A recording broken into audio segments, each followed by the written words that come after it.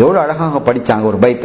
லாஹும்ம அல்லாஹ்வே இன்னல் அப்த யம்னஉ ரிஹலஹு ஃபம்னஉ ஹிலாலக, உன்னுடைய அடிமையாகிய நான் என்னுடைய பொருள்களை எல்லாம் என்னுடைய வாகனங்களை எல்லாம் அவன் எடுப்பதை விட்டும் தடுத்து மீட்டிக் கொண்டு வந்து விட்டேன், நான் கொண்டு வந்துட்டேன். ஃபம்னஉ ஹிலாலக, உன்னுடைய பைத்தை நீதான் தடுத்து பாதுகாக்கணும். என் வேலையை நான் செஞ்சிட்டேன், என்னுடைய பொறுப்பு முடிஞ்சது. ஓ வேலையை நீ செய், நீதான் உன்னுடைய இல்லத்தை நீ பாதுகாக்கணும். லா யக்லிபன்ன ஸலீபுஹும், அவர்களுடைய சிலுவையோ அவர்களுடைய சிலைகளோ எங்களை மிகைச்சிடக்கூடாது.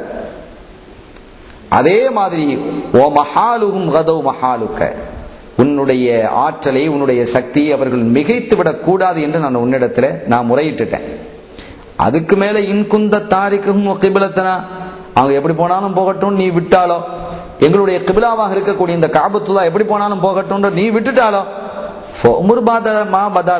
நான் என்ன செய்ய முடியும்? அதுக்கு உனக்கு எது வழியாக நீ என்ன செய்ய வேண்டும் என்று நாடுகிறாயோ அதைத்தான் நீ செய்வாய், நீ அதை செய்து கொள். நான் அதை தடுக்க முடியாது, நான் எதுவும் செய்ய முடியாது என்று சொல்லிவிட்டு அங்கிருந்து அவங்களும் என்ன செஞ்சாங்க, நேர போயிட்டாங்க. ஒரு மலைக்கு மேலே ஏறி மக்களோட உட்கார்ந்து அங்க என்ன நடக்குதுங்கிறத என்ன செய்றாங்க பார்க்கறாங்க. அப்படி பார்த்து கொண்டிருக்கும் பொழுது மறுநாள் காலையில் விடிந்தது. ஒரு பகுதியில், ஜித்தாவினுடைய பகுதியிலிருந்து ஒரு மேக கூட்டம் போன்று ஒரு கருப்பான கூட்டம் வருகிறது. அத்துணையும் பறவைகள். ஆகாயம் இருண்டு விட்டது. வானம் முழுவதும் பறவைகள் அடைத்துக் கொண்டு விரண்டு வேகமாக வருகிறது. இருட்டாயிடுச்சு. ஒரு பயங்கரமான அச்சம் ஏற்பட்டது, சப்தமும் ஏற்பட்டது. அந்த பறவைகள் அபாபில், அந்த பறவைகளினுடைய சொண்டிலேயும் ஒரு கல் இருந்தது, 2 கால்களையும் ஒரு கல் இருந்தது, 2 கற்கள் இருந்தது, 3 கற்கள் ஒவ்வொரு பறவை இடத்திலேயும். அந்த கற்களை சுமந்து கொண்டு மிக வேகமாக அந்த பறவைகள் வந்தது. வானத்தை அடைத்துக் கொண்டு வந்தது. வந்து அந்த எதிரிகள் இருக்கக்கூடிய அப்ரஹாவினுடைய வீரர்கள் இருக்கக்கூடிய பகுதியில் அது போட்டது. அதற்கு முன்பாக இந்த மறுநாள் காலை விடிந்ததும் இந்த பறவைகள் வருவதற்கு முன்பாக அப்ரஹா என்ன செய்ய, அந்த யானைகளை எழுப்புறான். எழுப்பி காபத்துல்லாவை முன்னோக்கி செல்லும் பொழுது அந்த முதல் யானையாக இருக்கக்கூடிய மஹ்மூத் என்று சொல்லக்கூடிய யானை அந்த இடத்திலேயே படுத்துக்கிடுச்சு. எப்படியோ அடிச்சு உருட்டி பார்க்கறாங்க, முடியல. சரி, அந்த பக்கமா நம்ம படைய நம்ம ஊர் பக்கமா சனா பக்கமே திருப்போம், அபிசீனியாக போகணும் திரும்பினா அந்த யானையும் இளம்பிக்கிடுது. சரி, இப்ப இளம்பிடிச்சு காபா பக்கம் திருப்பினா படுத்துக்கிடுது. இப்படி பல முறை நடக்கிறது. இதற்கு மத்தியில், இதற்கு பிறகுதான் அந்த பறவைகள் வேகமாக வந்து அந்த கற்களை எல்லாம் போட்டு வீச ஆரம்பித்து கடுமையான சோதனைகளின் மூலமாக கடும் வேதனைகள் பட்டு வரலாற்றினுடைய பின்னணியில் சொல்லி காட்டுறாங்க. அதற்கு பின்னால் அவங்களுக்கு ஏற்பட்டது என்ன, உறுப்புகள் எல்லாம் சிதைய ஆரம்பித்தது. உறுப்புகள் எல்லாம் சிதைய ஆரம்பித்து துண்டு துண்டாக வீழ ஆரம்பித்தது. அந்த கற்கள் பாதித்தவர்களுக்கு அப்ரஹா குருவி குஞ்சை போன்று ஆகிவிட்டான் என்றெல்லாம் வரலாறு சுட்டி காட்டுகிறது. ஆனால் அந்த தலைமை யானை தப்பியது என்றும் வரலாறு இருக்கிறது. அது அந்த கற்களுக்கு ஆளாகவில்லை, அந்த பறவைகளுடைய தாக்குதலுக்கு ஆளாகவில்லை. அது அல்லாஹ்வினுடைய கட்டளைக்கு கட்டுப்பட்டு காபத்துல்லாவை இடிப்பதற்கு மறுத்ததின் காரணத்தினால் அந்த யானை பாதுகாக்கப்பட்டது, யானை தப்பியது என்று அவர்கள் ஒரு வரலாற்றிலே குறிப்புகள் இருக்கு.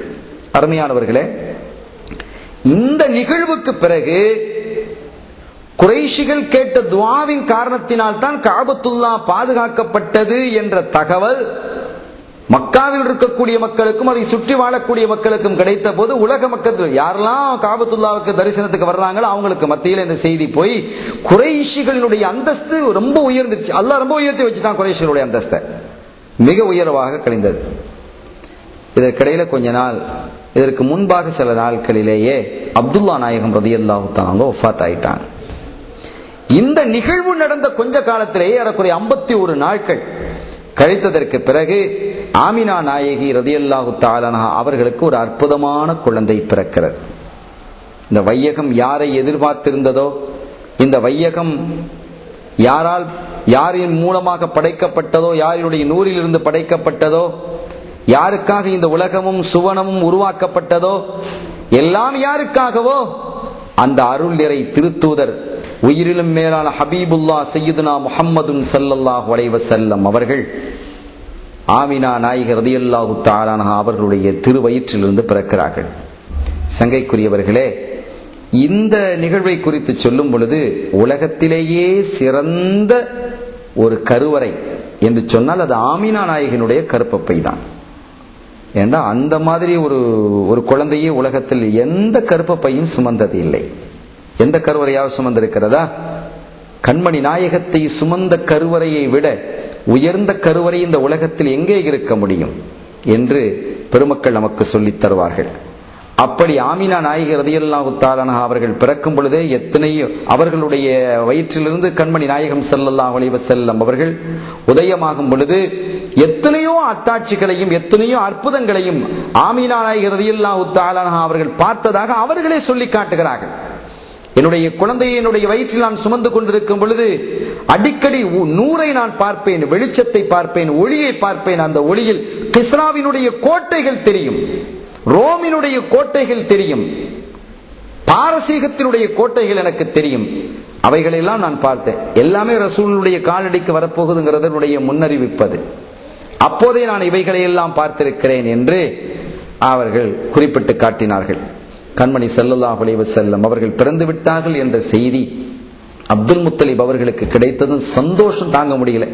தன்னுடைய மகனை இழந்து இருக்கக்கூடிய, தான் அதிகம் நேசித்த, அதிகம் விரும்பிய, பாசத்திற்குரிய தன்னுடைய அருமை மகனார் செய்த அப்துல்லா நாயகம் ரலியல்லாஹு தஆலா அவர்களுடைய வஃபாத்தினால் சோர்ந்து போய் இருந்த அப்துல் முத்தலிப் அவர்கள் தன்னுடைய அருமை பிள்ளைக்கு ஒரு குழந்தை கிடைத்திருக்கிறது, ஒரு அழகு குழந்தை பிறந்திருக்கிறது என்ற தகவல் கிடைத்ததும் ஓடோடி வர்றான். ஓடோடி வந்து அந்த குழந்தையை கையில எடுத்துக்கொண்டு நேர காபத்துல்லாவிற்கு சென்று அல்லாவிற்கு ஷுக்ர் செய்கிறார்கள். அதற்கு பிறகுதான் தன்னுடைய இல்லத்திற்கு கொண்டு வருகிறார்கள். அருமையானவர்களே, இதோடு மாத்திரமல்ல, இந்த நிலையில் அபூலஹப் அவனுடைய அடிமை ஓடி வந்து சுவைபத்துல் அஸ்லமியா என்று சொல்லக்கூடிய ஒரு பெண்மணி ஓடி வந்து சொல்கிறார், உங்களுடைய சகோதரருக்கு அப்துல்லா அவர்களுக்கு ஒரு ஆண் குழந்தை பிறந்திருக்கிறது என்று சொன்னதும் அந்த சந்தோஷத்தில் அபூலஹப், உன்னை நான் விடுதலை விட்டு விட்டேன் என்று இந்த கையை சுட்டி காட்டி சொன்னான். இந்திய காலத்தில் அபூலஹபினுடைய அட்டகாசங்கள் அதிகரித்து அவன் இறந்து விட்ட போதிலும் கூட அல்லாஹ் குர்ஆனின் மூலமாக அபூலஹபை சபித்தாலும் கூட ஸல்லல்லாஹு அலைஹி வஸல்லம் அவர்களுடைய பிறப்பால் அவர்களுடைய வருகையால் சந்தோஷித்த அவன் தன்னுடைய அடிமையை தன்னுடைய விரலை நீட்டி காட்டி அவன் விடுதலை செய்ததன் காரணத்தினால், உரிமை செய்ததின் காரணத்தினால் ஒவ்வொரு திங்கட்கிழமையும் அவன் வேதனைப்படக்கூடிய அந்த காலகட்டத்திலும் கூட ஒவ்வொரு திங்கட்கிழமையும் அந்த சுட்டு விரலில் இருந்து அவனுக்கு மதுரமான நீர் அல்லது பால் அல்லது தேன் சுரக்கிறது. அதை அவன் சவைத்துக் கொண்டிருக்கிறான். அந்த திங்கட்கிழமை ரசூலை கொண்டு ஈமான் கொள்ளாத ஒரு மனிதன் ரசூல் ஸல்லல்லாஹு அலைஹி வஸல்லம் அவர்களை நோக்கி மண்ணை அள்ளி வீசியவன். அதன் காரணத்தினால் அல்லாஹ் கோபம் கொண்டு தப்பத் யதா அபீ லஹபின் வ தப், என்னுடைய ஹபீபை நோக்கி மண்ணை வீசிய அபூலஹபினுடைய கரங்கள் நாசமாகட்டும், அவன் நாசமாகட்டும், அவனும் நாசமாகட்டும், அவனுடைய மனைவியும் நாசமாகட்டும், நரகத்திலே நுழையக்கூடியவள் என்றெல்லாம் அல்லாஹ் குர்ஆனில் சபிக்கிறான்.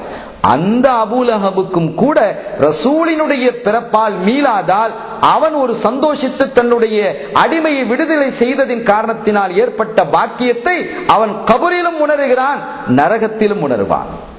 அவ்வளவு பெரிய பாக்கியத்தை அல்லாஹ் கொடுக்கிறான். அப்படின்னு சொன்னா ஈமான் கொண்டவர்கள் ரசூல் ஸல்லல்லாஹு அலைஹி வஸல்லம் அவர்களுக்கு மீலாது ஷரீஃப் கொண்டாடுறதா எவ்வளவு பெரிய பாக்கியங்கிறத புரிஞ்சுக்கங்க. இது அறிவுள்ளவர்களுக்கு, கொஞ்சம் அறிவுள்ளவர்களுக்கும் கூட இந்த செய்தி போதுமானது. இது தெளிவாக ஹதீஸிலே சொல்லப்பட்டிருக்கிறது. அருமையான பெருமக்களே, ஆக அப்துல் முத்தலிப் அவர்களுக்கு இந்த குழந்தை பிறந்திருக்கிறது என்ற தகவல் கிடைத்ததும் தன்னுடைய அருமை மகனார் அப்துல்லா நாயகத்தை இழந்து வருத்தத்திலே வாடி போய் இருந்த அப்துல் முத்தலிப் அவர்களுக்கு சந்தோஷம் மேலிட்டான். அந்த குழந்தை எடுத்துக்கொண்டு நேரம் என்ன செய்றாங்க, காபத்துல்லாவுக்கு போய் அல்லாஹ்வுக்கு ஷுக்ர் செய்துவிட்டு அந்த குழந்தையினுடைய அழகை பார்க்கறாங்க. என்ன அழகு, என்ன ஒளி, என்ன பொலிவு, என்ன நூறானியத்து. அதை எடுத்துக்கொண்டு தன்னுடைய வீட்டுக்கு போறாங்க. வீட்டுக்கு சென்று அங்கே முத்தமிடுகிறார்கள். பிள்ளைகள் எல்லாம் அங்கே இருக்கக்கூடியவங்களாம் அந்த பிள்ளையை முத்தமிடுறாங்க. அப்போ அவங்களுடைய அப்துல் முத்தலிபினுடைய பிள்ளையா பிறந்திருக்கக்கூடியவங்களாரு அப்பாஸ் நாயகம். அந்த சமயத்தில் அப்பாஸ் நாயகத்துக்கு 2 வயது என்று ஒரு வரலாறு இருக்கிறது. ஒரு கட்டத்தில் பிந்திய காலத்தில் கூட ஒரு கேள்வி கேட்கப்பட்டது. ஏண்டா கிட்டத்தட்ட 2 வயசு டிஃபரன்ஸ் சொல்லி இருக்குமே, ஆனா 2 வயசு டிஃபரன்ஸ் இருக்குமே, ஆனா அவங்கள்ட்ட ஒரு கேள்வி என்ன செய்யுது, கேள்வி எழுது, யாரு ஸல்லல்லாஹு அலைஹி வஸல்லம் அவங்க மூப்பா அல்லது அப்பாஸ் நாயகம் மூப்பாங்கிற மாதிரி ஒரு கேள்வி சஹாபாக்களுக்கு மத்தியில் எழுந்தது. அப்ப அவங்கள்ட்ட அப்பாஸ் நாயகத்திலே போய் கேட்டாங்க சஹாபாக்கள், நீங்க பெரிய ஆளா ரசூலுல்லாஹ் பெரிய ஆளா, வயதுல மூத்தது யாருங்கிறத பெரிய ஆளான்னு கேட்கிறாங்க. அப்ப அப்பாஸ் நாயகம் பதில் சொல்றாங்க ரலியல்லாஹு அன்ஹு, ஹுவ அக்பரு மின்னி உலித்து கப்லஹு. என்ன கேள்வி கேட்கிறீங்க, நான் பெரிய ஆளா அவங்க